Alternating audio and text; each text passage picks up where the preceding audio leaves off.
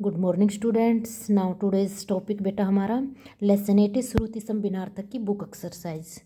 हम आज इसकी बुक एक्सरसाइज करेंगे बेटा। हमने जूम क्लास में श्रुति सम बिनार्थक शब्द अच्छे से पढ़े थे और एक्सरसाइज भी फिल करवाई थी, लेकिन एक बार फिर करवा देती हूँ बेटा।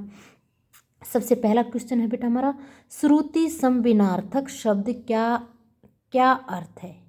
तो श्रुति सम मैंने आपको बताया था बेटा, श्रुति सुनने में समान और अर्थ में भिन्न हो, यानी कि वो शब्द जो सुनने में तो समान होते हैं, सुनने और बोलने में, लेकिन उनका जो अर्थ होता है बेटा वो भिन्न होता है। जैसे यहाँ पर लिख रहा है, कुछ शब्द बोलने और सुनने में लगते हैं एक जैसे, ऐसे शब्दों को श्रुति भिन्नार्थक शब्द कहते हैं। श्रुति सम भिन्नार्थक शब्दों के वर्तनी और अर्थ भिन्न होते हैं, यानी कि उनका अर्थ और उनके लिखने का जो तरीका वो अलग अलग होता है बेटा, लेकिन उनका जो बोलना और सुनना जो होता है ऐसे लगते हैं जैसे वो एक जैसे हो। ठीक है, उन्हें हम श्रुति सम भिन्नार्थक शब्द कहते हैं। पहला फिर बेटा यहाँ पर सेकंड क्वेश्चन, सही शब्द चुनकर रिक्त स्थान भरिए। तो यहाँ पर श्रुति सम भिन्नार्थक शब्द दे रखे बेटा, जो इन वाक्यों में जो सही है वही भरना है बेटा। पहला है हमारा, जहाज आगे की खालिस्तान झुक गया। तो और बेटा देखो, और तरफ होता है और समुच्चय बोधक शब्द, दो शब्दों को जोड़ने का काम करता है। तो जहाज आगे की और मतलब ये आगे वाला है वो, और तरफ, ठीक है, और ये समुच्चय बोधक है और दो शब्दों को जोड़ने के लिए, राम और श्याम ऐसे। नेक्स्ट है बेटा, मुझे आइसक्रीम खाने का खालिस्तान है। तो आइसक्रीम खाने का बच्चों को हमें जो होता है चाव होता है, खुशी होती है उसको देखकर, तो शौक और शौक दो भरना बेटा। तो शौक दुख के लिए होता है, शौक चाव में होता है। तो मुझे आइसक्रीम खाने का शौक है। खालिस्तान अपनी कक्षा, खालिस्तान प्रथम आई। मैं दोनों आएंगे बेटा, मैं अपनी कक्षा में प्रथम आई, दोनों ही आएंगे बेटा यहाँ पर। राजा के लिए सारी प्रजा एक खालिस्तान होती है।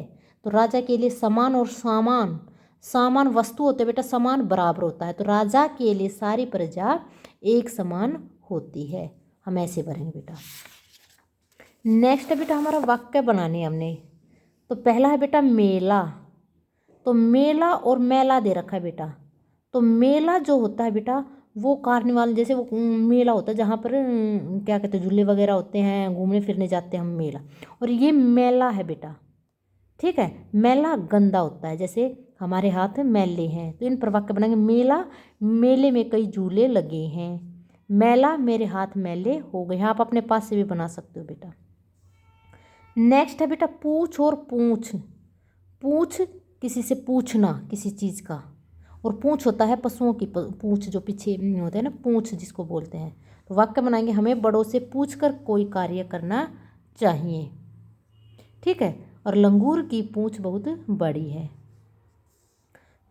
आदि और आदि, आदि होता है बेटा आदिकाल, प्राचीन काल जिसको बोलते हैं। आदि होता है आदत, यानी कि किसी चीज़ का आदि हो जाना, मतलब आदत बन जाना। तो आदि काल में मानव जंगलों में रहता था।